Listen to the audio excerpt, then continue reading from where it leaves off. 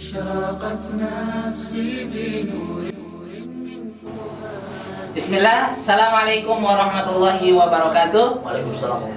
Teman-teman dimanapun kalian berada, kami dari Forsaba Jakarta saat ini ingin berbagi, ingin sharing kepada teman-teman, kepada kakak-kakak, ataupun kepada adik-adikku yang saat ini masih menempuh pendidikan di Pondok Pesantren Baitul Arqam, pondok tercinta kita semua. Insya Allah saya ditemani saat ini dengan senior saya dulu di Pondok Pesantren, yaitu Kak Pandi.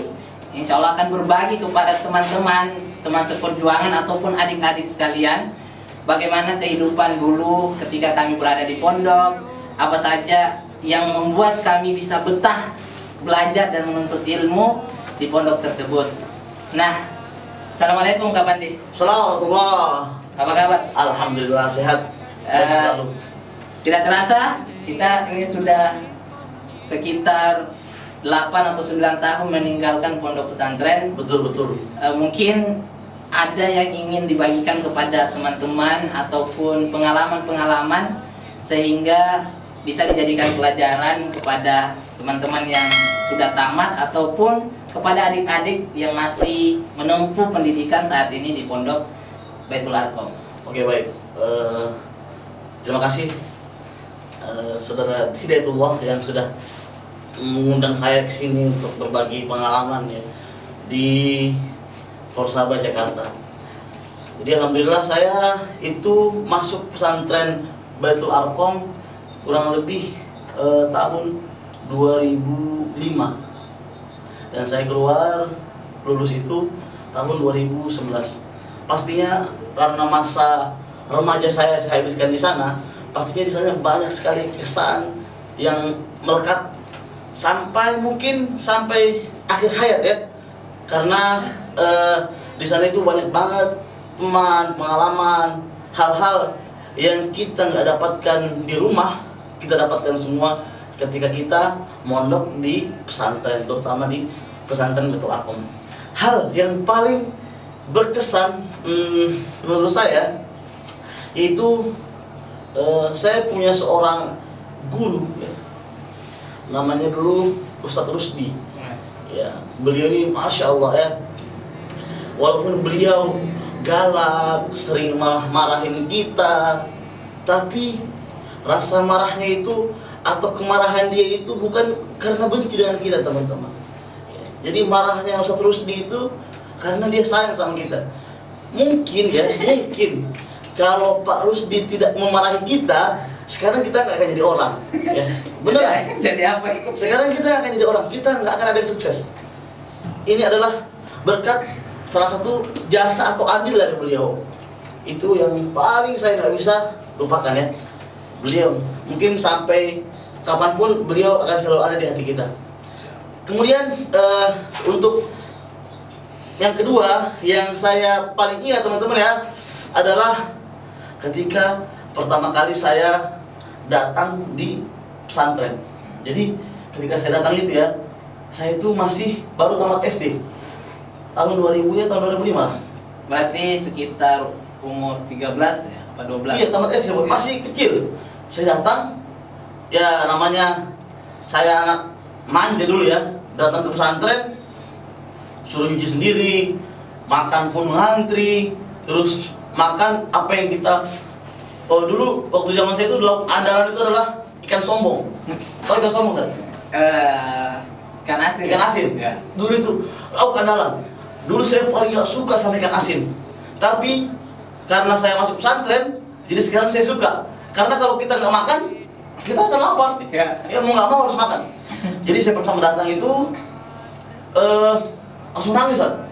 Saya seminggu itu nangis karena rindu orang tua ya, rindu suasana rumah. Apalagi ketika itu ya Allah sepi banget. Ibarat itu seperti kita di tengah-tengah hutan, hanya ada suara kodok dan jangkrik. Ya bayangkan, aduh itu saya sangat galau ya. Ketika saya setelah saya itu pengen keluar. Aduh saya udah gak betah nih. Pengen kabur ya. Tapi saya berpikir juga kabur dari pesantren ke jalan raya jauh banget, 8 kilo, belum di aspal, belum ada listrik. Sangat nggak bisa lah. Ketika itu saya nangis pekan, ya nangisnya sembunyi-sembunyi karena malu ya. Lama-kelamaan kok makin lama makin betah ya. Kuncinya kunci agar kita betah di pesantren. Yang pertama kita pintar bergaul. Ya. Kita pintar bergaul, cari teman yang baik, yang nggak baik, campur aja.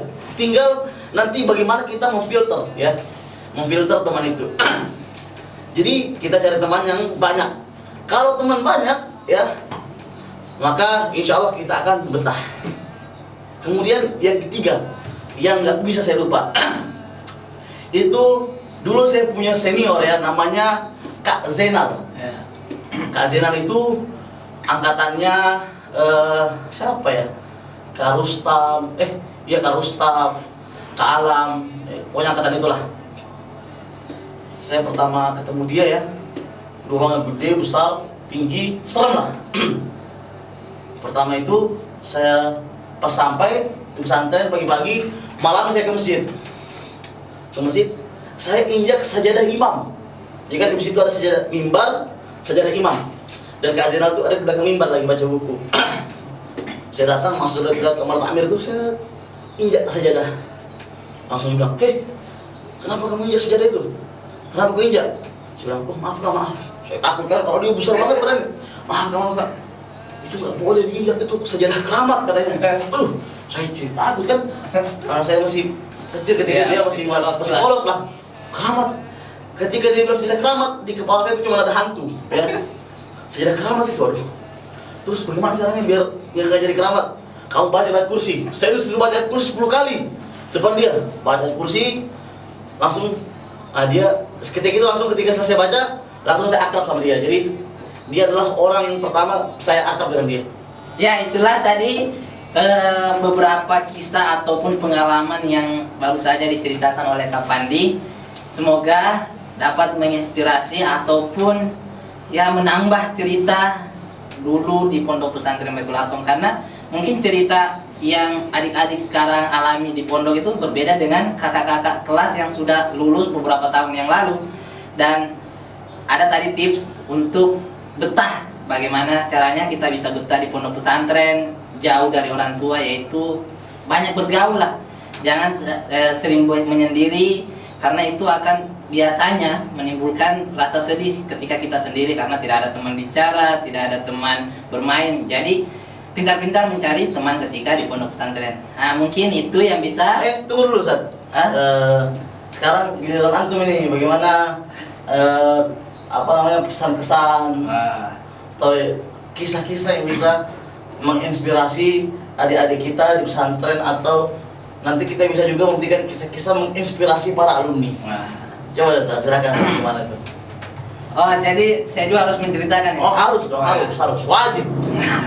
Jadi baik adik-adikku sekalian yang ada di pondok ataupun teman-teman seperjuangan ataupun kakak-kakak kelas yang ada di luar sana, tentunya alumni Baitul Arqam itu sudah tersebar di seluruh Indonesia, bahkan sudah ya sampai ke luar negeri, ada ke Madinah, ke Sudan, Mesir, dan negara-negara lain. Nah, semua ketika kita masuk ke pondok pesantren tentunya nanti ketika keluar ada cerita, walaupun mungkin itu hanya anak-anak yang numpang tidur sebulan 2 bulan, tapi ketika dia keluar pasti ada cerita-cerita menarik yang bisa dia ceritakan kepada teman-temannya. Betul. Termasuk saya, apalagi saya nih termasuk alumni lama di pondok pesantren. Saya masuk itu tahun 2007.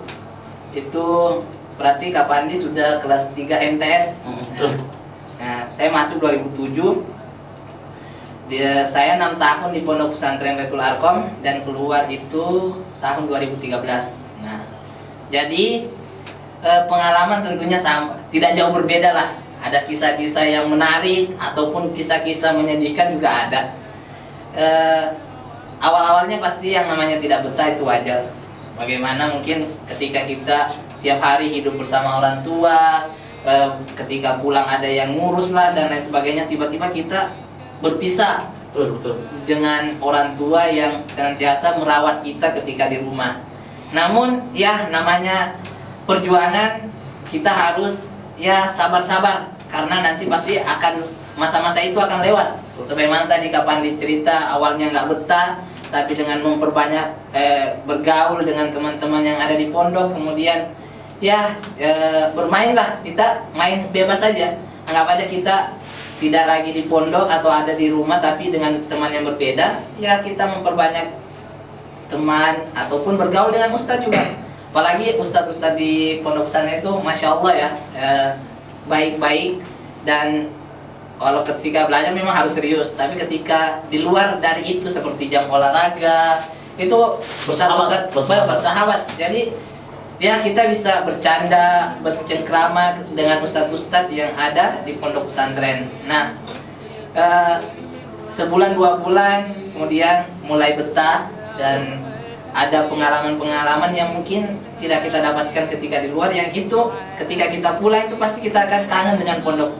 Bahkan ketika sudah keluar pun sampai saat ini juga masih kangen ya. Jadi ada reuni ya, jadi kita juga ada agenda reuni yang untuk mengenang masa-masa ketika kita berada di pondok pesantren Baitul Arqam. Jadi kepada adik-adikku yang saat ini masih berada di pondok, agar lebih sabar, karena kita ketika menuntut ilmu itu pasti tidak mudah.